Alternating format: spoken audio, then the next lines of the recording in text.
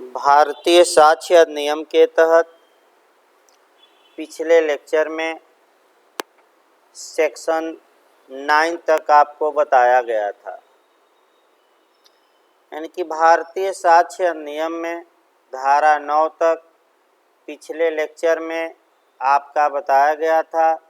अब हमें देखना है धारा 10, यानी कि सेक्शन 10 से भी ज़्यादा क्वेश्चन बनता है, ज़्यादातर प्री में क्वेश्चन बनता है। धारा 10 के बारे में सबसे पहले कुछ सामान्य बातें जाननी हैं और तब बेयर एक्ट और एलेक्टेशन। देखिए, आजकल जहाँ तक एविडेंस की बात है, आजकल जो क्वेश्चन बनाने का मॉडल आ गया है प्री, मेंस और इंटरव्यू में, जो छोटे छोटे क्वेश्चन हैं जो पहले केवल प्री में पूछे जाते थे, अब आपका मेंस में भी पूछा जाने लगा है। पहला जो क्वेश्चन धारा 10 से हम बता रहे हैं, कॉन्स्पिरेसी या साजिश या षड्यंत्र। पहला क्वेश्चन ये बनता है कि षड्यंत्र को या साजिश को या कॉन्स्पिरेसी को साबित करने के लिए, प्रूफ करने के लिए एविडेंस के आपका विशेष नियम, स्पेशल नियम कहाँ दिए गए हैं।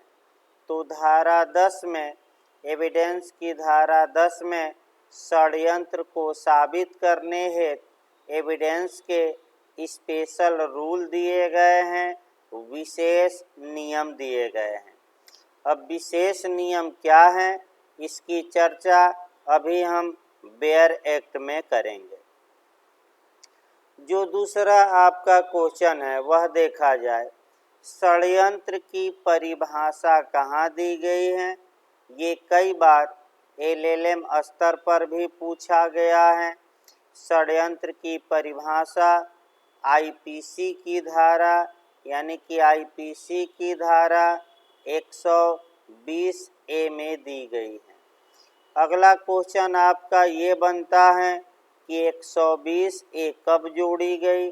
पिछली बार इलाहाबाद विश्वविद्यालय के एलएलएम में भी ये क्वेश्चन बना था, तो 120 से 1913 में जोड़ी गई। इसके बाद ये पूछा जाता है कि षड्यंत्र को किस केस में परिभाषित किया गया। तो आर वर्सेज मलकही के केस में ये भी क्वेश्चन आ चुका है। आर वर्सेज मलकही के केस में जस्टिस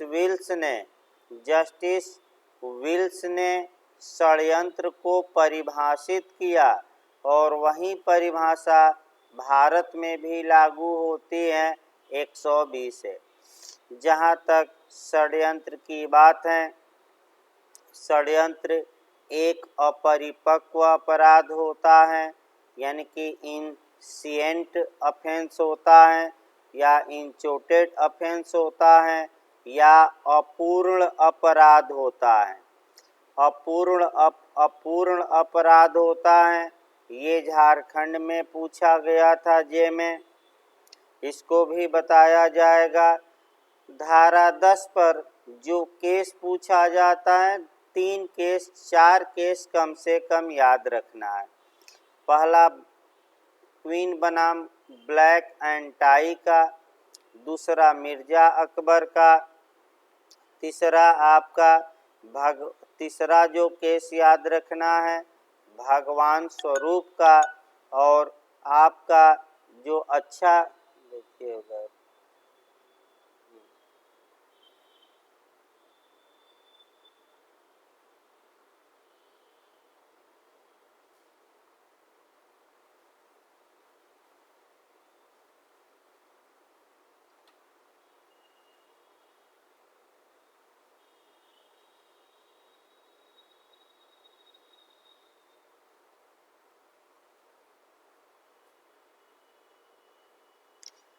देखिए कुछ केस आपको याद करने पड़ेंगे, हम धारा 10 में केस बताएंगे। इसके बाद धारा 10 में जो पूछा जाता है वह पूछा जाता है प्रिंसिपल, यानी कि धारा 10 किस सिद्धांत पर आधारित है। ये भी क्वेश्चन आ चुका है। तो अगर ये पूछे कि धारा 10 किस प्रिंसिपल पर आधारित है तो आपका जवाब रहेगा एजेंसी, यानी कि अभिकरण। एजेंसी अर्थात अभिकरण के सिद्धांत पर धारा 10 आधारित है। अगला क्वेश्चन जो पूछा जाता है कि धारा 10 किस मामले में लागू होगी, सिविल मामलों में लागू होगी कि क्रिमिनल यानी कि आपराधिक मामलों में, कि दोनों में। अगर ऐसा क्वेश्चन आपका आता है तो दोनों मारिए, यानी कि अगर ऐसा क्वेश्चन आपका आए तो दोनों मारिए। अब समस्या ये आई कि कॉन्स्पिरेसी या षड्यंत्र को प्रूफ करने के लिए साक्ष्य के विशेष नियम धारा 10 में क्यों बनाए गए, और एक कोरिलेशन भी हमें चलना है, कुछ सीआरपीसी से भी कोरिलेट करना पड़ेगा। हाँ, एक और क्वेश्चन, तो सबसे पहले बेयर एक्ट न जानकर आप कुछ सामान्य जो नियम हैं कॉन्स्पिरेसी के बारे में उनको जानिए। लास्ट में आपका बेयर एक्ट की भाषा तोड़ी जाएगी और पढ़ाया भी जाएगा। देखिए जो षड्यंत्र होता है, साजिश होती हैं, एक छोटी छोटी बातों को शुरुआती दौर से आपको कवर कराया जा रहा है और एक छोटी छोटी बातें याद भी रखना है। सबसे पहले षड्यंत्र अपराध भी हैं और अपकृत्य भी हैं। पहला ये याद रखना है, पूछा जा सकता है जो षड्यंत्र हैं वह ऑफेंस भी हैं और अपकृत्य भी हैं, यानी कि टार्ट भी हैं। अब बिहार आयोग ने ये क्वेश्चन बनाया कि षड्यंत्र के लिए जो अपराध या ऑफेंस भी हैं, अपकृत्य भी हैं, तो कौन सी कार्यवाही की जा सकती है, ऐसा क्वेश्चन भी बना है बिहार में। तो केवल आपराधिक कार्यवाही, केवल टार्ट के तहत कार्यवाही दे देगा, दोनों में से कोई एक कार्यवाही, और अंतिम दे देगा सिविल और क्रिमिनल दोनों कार्यवाहियाँ समवर्ती की जा सकती हैं। समवर्ती का मतलब ये हुआ कंकरेंट रूप से की जा सकती हैं, यानी कि दोनों कार्यवाहियाँ साथ साथ की जा सकती हैं, यानी कि षड्यंत्रकारियों के खिलाफ आपराधिक मुकदमा इधर चले और षड्यंत्रकारियों से इधर मुआवजा या डैमेजेज वसूला जाए। ये दोनों कार्यवाही साथ में चल सकती हैं। आपराधिक कार्यवाही क्रिमिनल कोर्ट में और ये अपकृत्य सिविल कार्यवाही हैं तो सिविल न्यायालय में। ये जरूर याद रखिए। बिहार के लिए भी महत्वपूर्ण है कि कंकरेंट या समवर्ती। एक क्वेश्चन और बनता है कि किसने कहा कि ऐसी दशा में समवर्ती कार्यवाही की जा सकती है, तो वह विद्वान का नाम याद रखना है। वह कहे हैं सामंत, अर्थात सामंत ने ही ये बात बताई है कि ऐसी दशा में जब एक ही कार्य अपराध भी हो अपकृत्य भी हो तो कंकरेंट या समवर्ती कार्यवाही की जा सकती है। ये किसने बताया? सामंत ने। तो बिहार जे में भी ये क्वेश्चन आ चुका है, थोड़ा सतर्क रहना है। आइए षड्यंत्र के बारे में आगे बढ़ा जाए। षड्यंत्र की परिभाषा आईपीसी में कहाँ दी गई है? तो जब भी आप इंडियन पेनल कोड पढ़ेंगे तो षड्यंत्र की परिभाषा के लिए 120A और 107 का क्लाज 2 पढ़ेंगे। यानी कि सेक्शन 120A पढ़िए और 107 का क्लाज 2 पढ़िए। देखिए, षड्यंत्र की अगर परिभाषा पूछे कि ट्रांसपेरेंसी की परिभाषा आईपीसी में कहाँ दी गई है, तो आपका जवाब रहेगा 120A।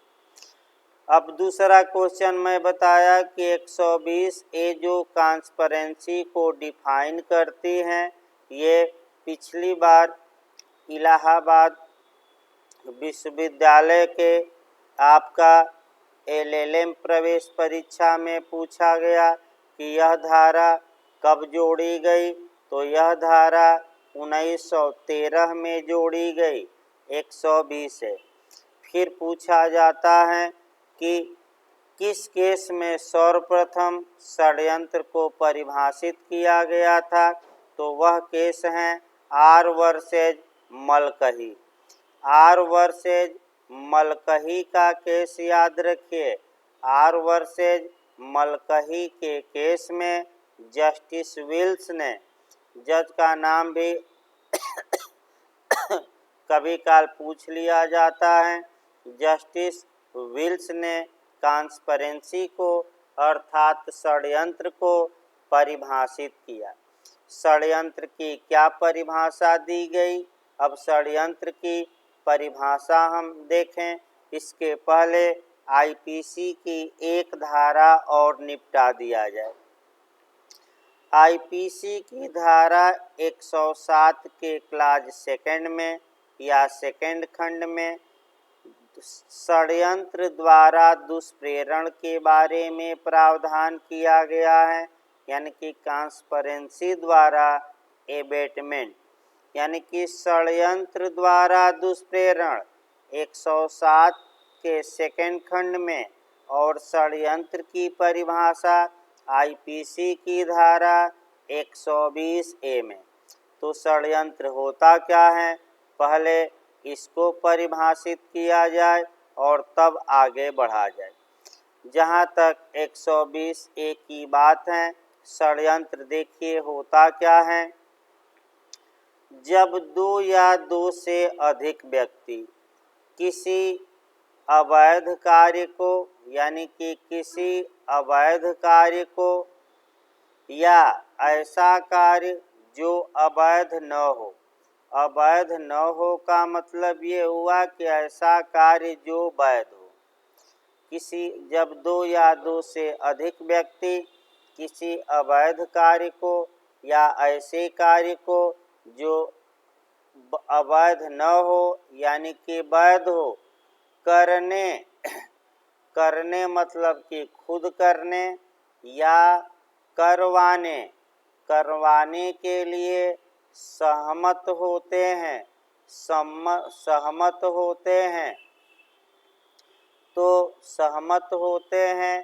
तो ऐसे सहमति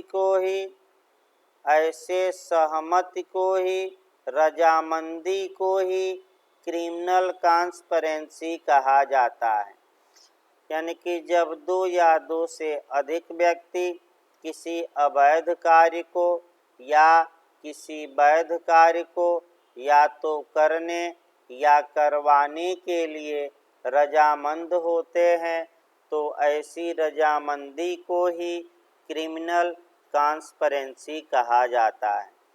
यदि अपराध के लिए ट्रांसपेरेंसी सहमति बनी है तो अपराध किया जाना आवश्यक नहीं है, यानी कि ये सबसे महत्वपूर्ण है। अगर ऑफेंस को करने या करवाने के लिए रजामंदी हुई है तो ऐसी दशा में उस रजामंदी के अनुसरण में कोई एक्ट या ओमिशन अर्थात कोई कार्य या लोप का किया जाना आवश्यक नहीं है। यानी कि मात्र रजामंदी या मात्र सहमत व्यक्तियों को षड्यंत्र के लिए ट्रांसपेरेंसी के लिए दोषी ठहरा देगी। इस प्रकार आपकी परिभाषा बताई गई। एक और क्वेश्चन यहाँ बनता है पति और पत्नी। अब ये है कि क्या पति और पत्नी साजिश के लिए, षड्यंत्र के लिए, कॉन्स्पिरेसी के लिए दोषी हो सकते हैं कि नहीं। तो अगर ऐसा क्वेश्चन आपका पूछे कि क्या पति पत्नी साजिश के लिए या षड्यंत्र के लिए दोषी ठहराए जा सकते हैं कि नहीं, ये भी क्वेश्चन आपका बहुत बार आ चुका है। थोड़ा सतर्क होकर पढ़ना है। देखिए, ये क्वेश्चन आपका राजस्थान में पूछा गया था, एक दो राज्यों में पूछा गया था, पति और पत्नी। तो जहाँ तक भारत की बात है, भारत और इंग्लैंड, अच्छे से इसको तैयार रखिएगा। ये भी क्वेश्चन आपका 2-3 बार कंपटीशन में पूछा जा चुका है। भारत में पति और पत्नी पृथक व्यक्ति माने जाते हैं और इन भारत में पति पत्नी पृथक अस्तित्व रखते हैं, अर्थात अलग अलग अस्तित्व रखते हैं। पति और पत्नी आपस में अगर षड्यंत्र रचते हैं तो भारत में ये आपराधिक षड्यंत्र के लिए दोषी ठहराए जाएंगे।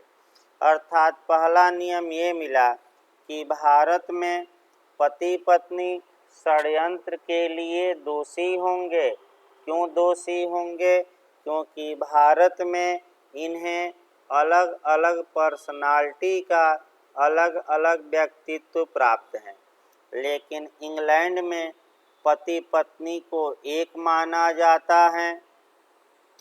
इंग्लैंड में पति पत्नी को एक व्यक्ति माना जाता है कई दशाओं में, और पति पत्नी ही अगर साजिश रचते हैं तो इंग्लैंड में वह इसके लिए दोषी नहीं होंगे। अर्थात भारत में पति पत्नी साजिश के लिए दोषी होंगे, लेकिन इंग्लैंड में पति पत्नी साजिश के लिए दोषी नहीं होंगे। इसी को कहा जाता है दो जिस्म एक जान, यानी कि दो जिस्म यानी कि शरीर दो हैं, एक जान का मतलब कानून इनको एक ही व्यक्ति मानता है। और चूँकि षड्यंत्र के लिए व्यक्तियों की संख्या कम से कम 2 होनी चाहिए, 2 व्यक्ति हैं, लेकिन कानून जबरदस्ती इंग्लैंड में इन्हें एक व्यक्ति मानता है। आगे बढ़ा जाए, जहाँ तक धारा 10 की बात है, धारा 10 पर आगे बढ़ा जाए। धारा 10 एजेंसी या अभिकरण के सिद्धांत पर आधारित है। अब आइए, धारा 10 एजेंसी के सिद्धांत या अभिकरण के सिद्धांत पर आधारित है। ये भी क्वेश्चन आ सकता है। अभिकरण का सिद्धांत होता क्या है और एजेंसी की परिभाषा कहाँ दी गई है? ध्यान से इसको समझिए। एजेंसी या अभिकरण की परिभाषा भारतीय संविदा अधिनियम की धारा 182 में दी गई है। अर्थात एजेंसी या अभिकरण को भारतीय संविदा अधिनियम की धारा 182 में परिभाषित किया गया है। एजेंसी का मतलब ये हुआ कि प्रिंसिपल और एजेंट के बीच के रिलेशन को एजेंसी कहा जाता है। अर्थात मालिक तथा अभिकर्ता के बीच के संबंध को ही एजेंसी कहा जाता है। तो मान लीजिए ए मालिक हो गया और बी एजेंट या अभिकर्ता हो गया, तो एजेंसी के नियम के अनुसार अभिकर्ता यदि कारोबार के अनुसरण में कोई गलत कार्य करता है या सही करता है, उसके लिए मालिक जिम्मेदार होंगे। अर्थात अभिकर्ता का कार्य मालिक का कार्य माना जाता है। ये दोनों संयुक्त अपकृत्यकर्ता कहे जाते हैं और बिहार के लिए भी महत्वपूर्ण है। एग्जाम के लिए इनका दायित्व पूछा जाता है। इनका दायित्व सेपरेट और ज्वाइंट दोनों होता है, अर्थात इनका दायित्व संयुक्त एवं पृथक दोनों होता है। यानी कि कार्य किया करे कोई और भरे कोई और, अर्थात कार्य किया एजेंट ने और एजेंट के कार्य के लिए मालिक उत्तरदायी होगा। इसी को एजेंसी या अभिकरण का सिद्धांत कहा जाता है। अब समस्या ये आई कि एविडेंस की धारा 10 भी एजेंसी के सिद्धांत पर आधारित है। इसका मतलब क्या हुआ? तो इसका सीधा मतलब है कि अगर ए और बी ने साजिश रची है और बी कुछ कहता है, करता है, लिखता है, तो वह केवल बी के खिलाफ ही साक्ष्य में प्रयोग नहीं होगा, बल्कि ए के भी खिलाफ साक्ष्य में प्रयोग होगा। क्यों? क्योंकि प्रत्येक षड्यंत्रकारी एक दूसरे के मालिक भी होते हैं और एक दूसरे के एजेंट भी होते हैं, यानी कि अभिकर्ता भी होते हैं और आपका कह सकते हैं कि मालिक भी होते हैं। आइए अगला आपका सामान्य नियम देखा जाए। सामान्य नियम ही ज़्यादा है, अच्छा क्वेश्चन यहाँ से बनते हैं। आइए ऑफेंस में देखा जाए। अपूर्ण अपराध, अभी आपका झारखंड सिविल जज की परीक्षा में ये पूछा गया था, कौन अपूर्ण अपराध हैं? अपूर्ण अपराध, अपूर्ण अपराध या इसको हम कहते हैं प्रारंभिक अपराध, प्रारंभिक अपराध दे या अपरिपक्व, अपरिपक्व अपराध, या ये दे दे इनसिएंट, इनसिएंट ऑफेंस। देखिए अपरिपक्व का मतलब ये हुआ जो पका न हो।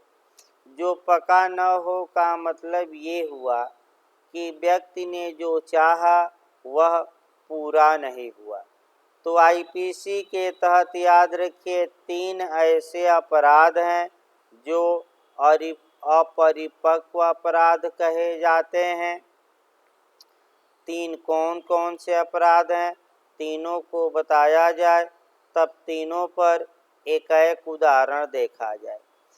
क्रिमिनल अटेम्प्ट या आपराधिक प्रयत्न,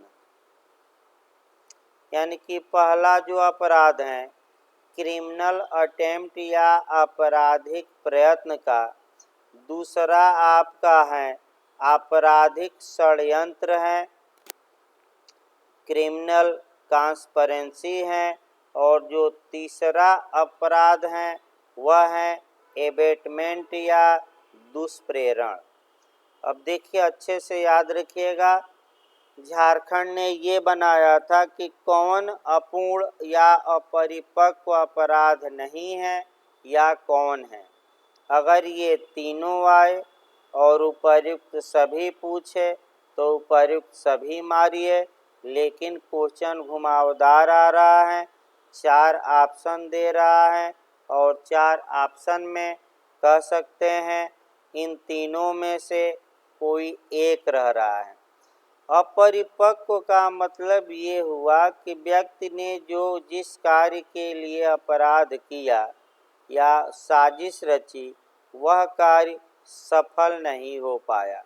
तो आपराधिक प्रयत्न पहला का एक उदाहरण देखा जाए, क्रिमिनल कॉन्स्पिरेसी का, जैसे कि आत्महत्या का प्रयास।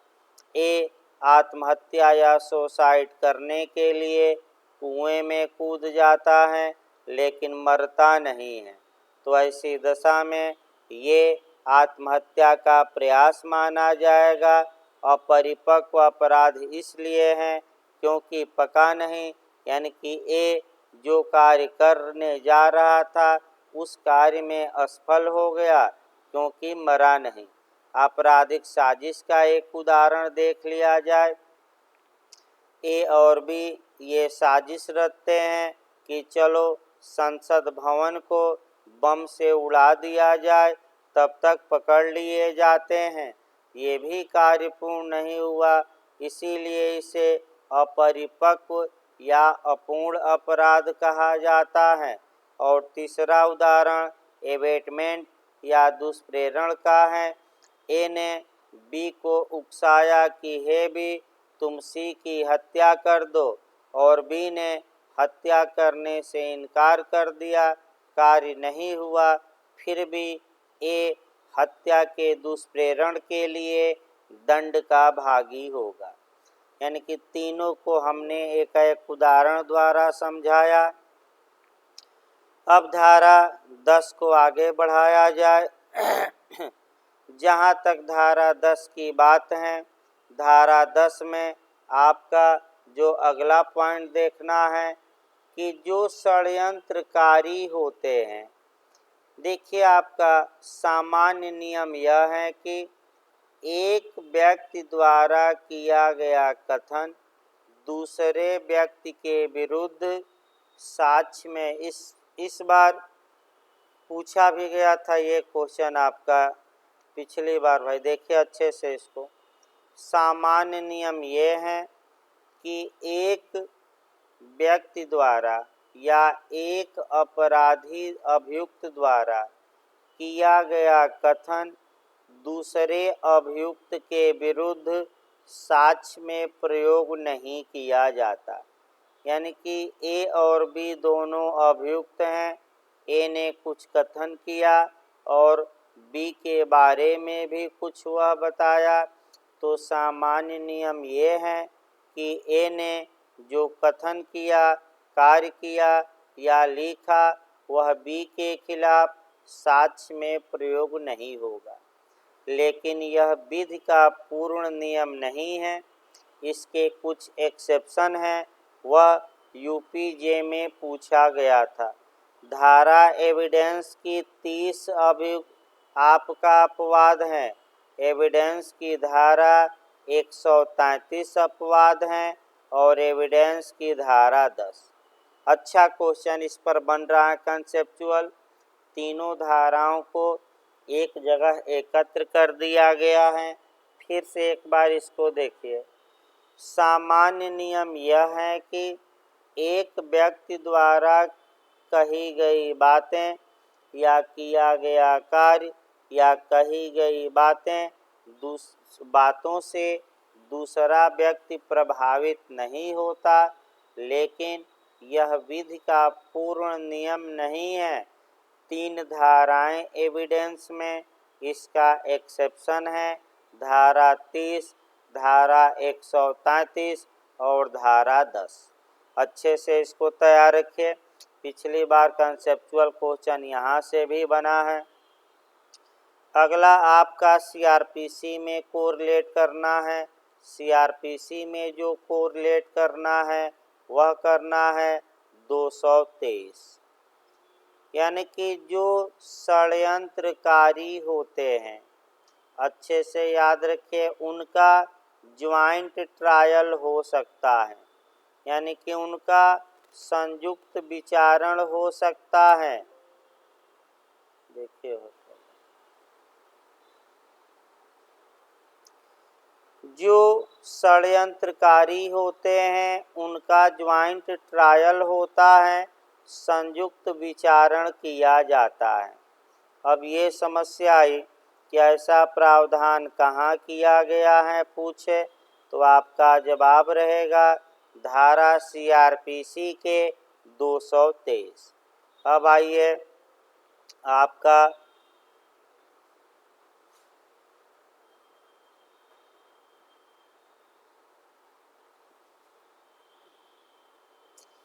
आइए अब देखा जाए आपका केस के माध्यम से चला जाए, तब बेयर एक्ट शुरू किया जाता है। अब बेयर एक्ट में ज़्यादा बचेगा नहीं, मेन आपका केस के माध्यम से अच्छे से चलना है। देखिए धारा 10 पर खूब पूछा गया है। धारा 10 पर जितने केस हैं प्री के लिए मैं फिर बता दूं, अच्छे से तैयार रखिए। पहला केस आपका है क्वीन बनाम ब्लैक एंड टाई, अच्छे से इसको तैयार रखना है। Queen versus black and tie अर्थात धारा 10 किस केस में प्रतिपादित सिद्धांत पर आधारित है, तो आपका जवाब रहेगा queen versus black and tie. कई बार क्वेश्चन आ चुका है ब्लैक एंड टाई का केस। देखिए शॉर्टकट में भी प्री में पूछा है कि ब्लैक एंड टाई का केस किस धारा से संबंधित है, तो धारा 10 मारेंगे। इस केस में जो सिद्धांत प्रतिपादित किया गया 1844 ईस्वी में, 1844 में कह सकते हैं, जस्टिस लॉर्ड डेनमैन जज का नाम याद रखिएगा, पूछा कभी नहीं गया है लेकिन पूछ सकता है। जस्टिस डेनमैन ने जो सिद्धांत प्रतिपादित किया वही सिद्धांत धारा 10 में समाहित किया गया है। दूसरा जो केस आपको देखना है वह देखना है Mirza Akbar versus king emperor. ये केस ज़्यादा पूछा जाता है। Mirza Akbar versus king emperor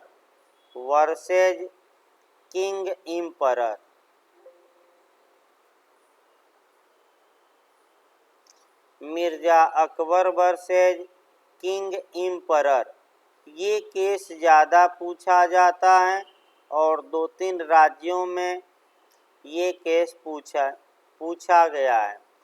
ये केस इसलिए पूछा जाता है कि जो सिद्धांत queen versus black and tie में प्रतिपादित किया गया, प्रीवी काउंसिल ने आपका इस सिद्धांत को स्वीकार कर लिया। यानी कि आपका प्रीवी काउंसिल ने कह सकते हैं कि इस सिद्धांत को स्वीकार कर लिया और ये बता दिया कि जो queen versus black and tie में सिद्धांत प्रतिपादित किया गया वही सिद्धांत धारा 10 में भी समाहित है। इसमें सबसे महत्वपूर्ण है इसका उपनाम पूछा जाता है। इस केस का उपनाम जरूर याद रखें, 2-3 राज्यों में पूछा गया है। लूमिंगटन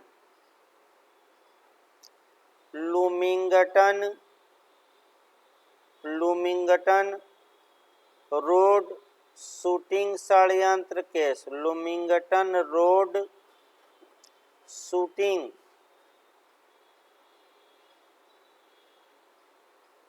याद रखिए, कई बार पूछा गया है।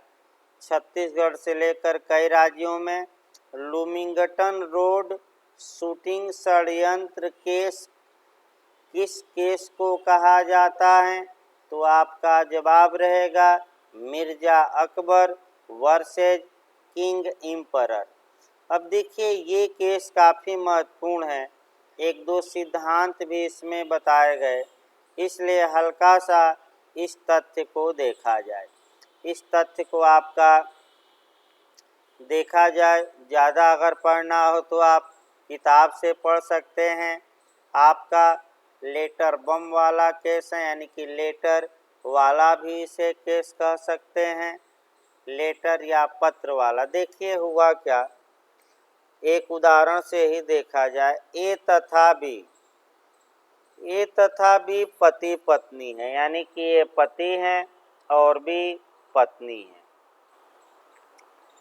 अब आ जाइए सी देखा जाए। सी प्रेमी है, यानी कि पत्नी का प्रेमी यानी कि पति पत्नी और वो, जो आप फिल्म देखे होंगे पति पत्नी और वो, तो वो आपका सी हो गया। देखिए बी सी को एक लेटर लिखती है, लेटर में काफ़ी अश्लील बातें भी लिखती हैं और ये बताती हैं कि मेरे जो पति हैं ये इनको रास्ते से हटाओ, क्योंकि ये हमारे मिलन में बाधा डाल रहे हैं और जब तक ये कह सकते हैं पति हटेंगे नहीं, हम लोग शादी कर नहीं पाएंगे, कुछ व्यवस्था करो। सी भी लेटर लिखता है बी को, सी डी की व्यवस्था करता है, डी को कह सकते हैं कि व्यवस्था करता है, डी जाता है और ए की गोली मारकर हत्या कर देता है। जब डी ए की गोली मारकर हत्या करता है तो आपका तब तक सी वहीं आसपास रहता है, दौड़ता हुआ आता है घटना स्थल पर, अन्य लोग भी आते हैं और सी कहता है कि मैं तो डी को पहचानता हूँ, यह बेचारा ऐसा कार्य कर ही नहीं सकता, और ए की मृत्यु हो जाती है। बी तथा सी पर षड्यंत्र का मुकदमा चलता है कि इन लोगों ने साजिश रची, डी को अपॉइंट किया और डी ने ए की हत्या की।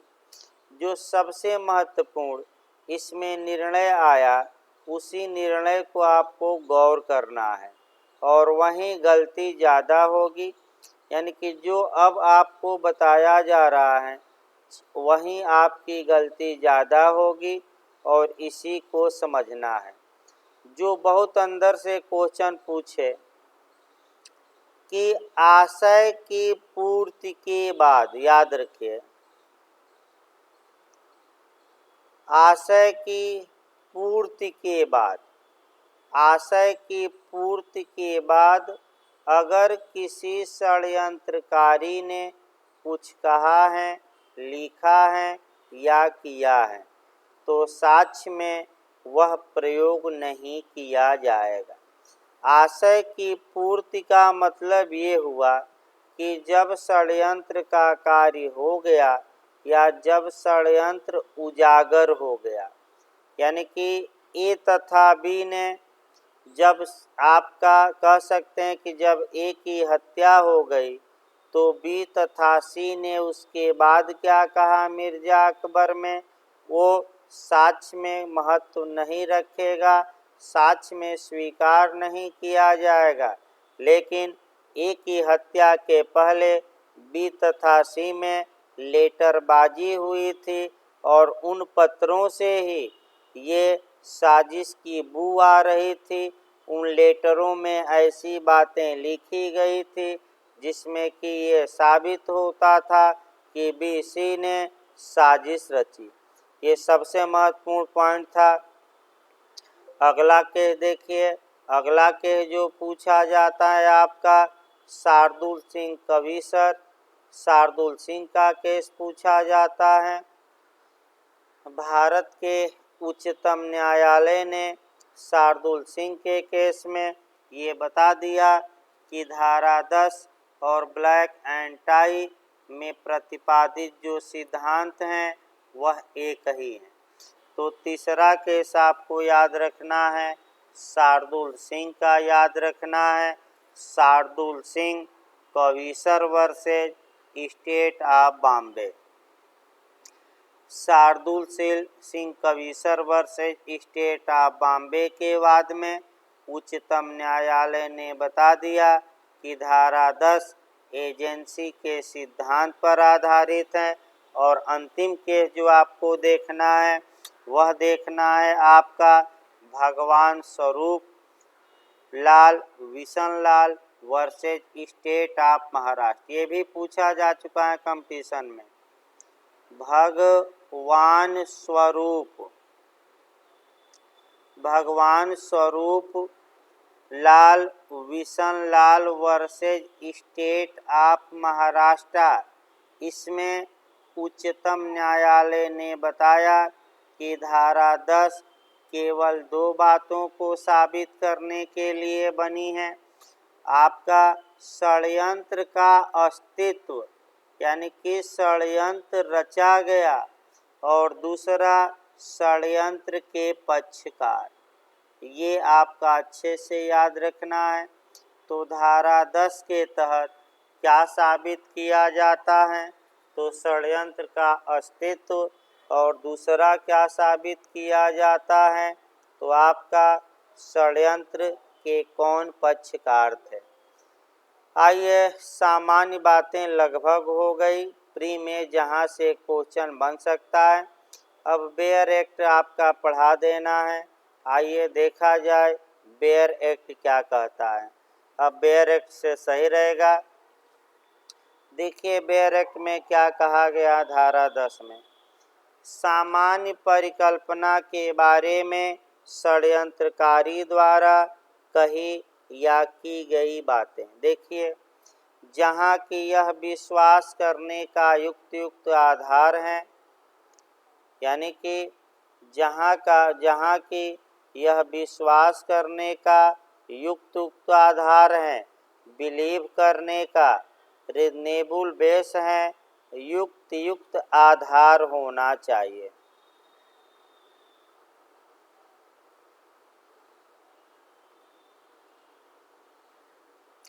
इसका मतलब ये हुआ कि चूंकि साजिश या षड्यंत्र का प्रत्यक्ष साक्ष्य मिलना मुश्किल है, अतः ऐसी दशा में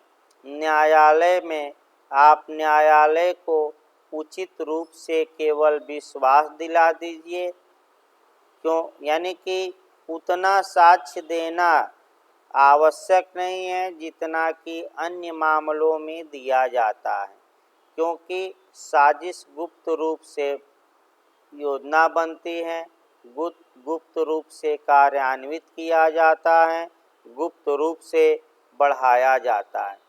तो युक्त विश्वास करने का युक्त आधार है कि 2 या 2 से अधिक व्यक्तियों ने, यानी कि क्रिमिनल कॉन्स्पिरेसी के लिए कम से कम व्यक्तियों की संख्या कितनी हुई? 2 या अधिक व्यक्तियों ने क्या किया है?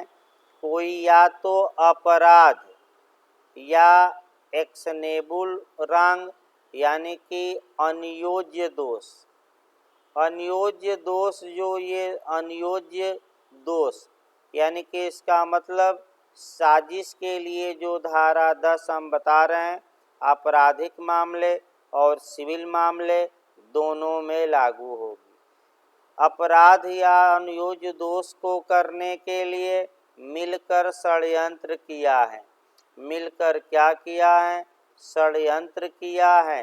तो आगे शब्द बता रहा है, वहाँ उनके सामान्य आशय के बारे में उनमें से किसी एक व्यक्ति द्वारा उस समय के पश्चात जब ऐसा आशय उनमें से किसी एक ने प्रथम बार मन में धारण किया, कही की या लिखी गई कोई बात उन व्यक्तियों में से हर एक व्यक्ति के विरुद्ध जिसके बारे में विश्वास किया जाता है कि उन्होंने इस प्रकार षड्यंत्र किया, षड्यंत्र का अस्तित्व साबित करने के प्रयोजनार्थ उसी प्रकार सुसंगत तथ्य हैं जिस प्रकार यह दर्शित करने के प्रयोजनार्थ कि ऐसा कोई व्यक्ति उसका पक्षकार था।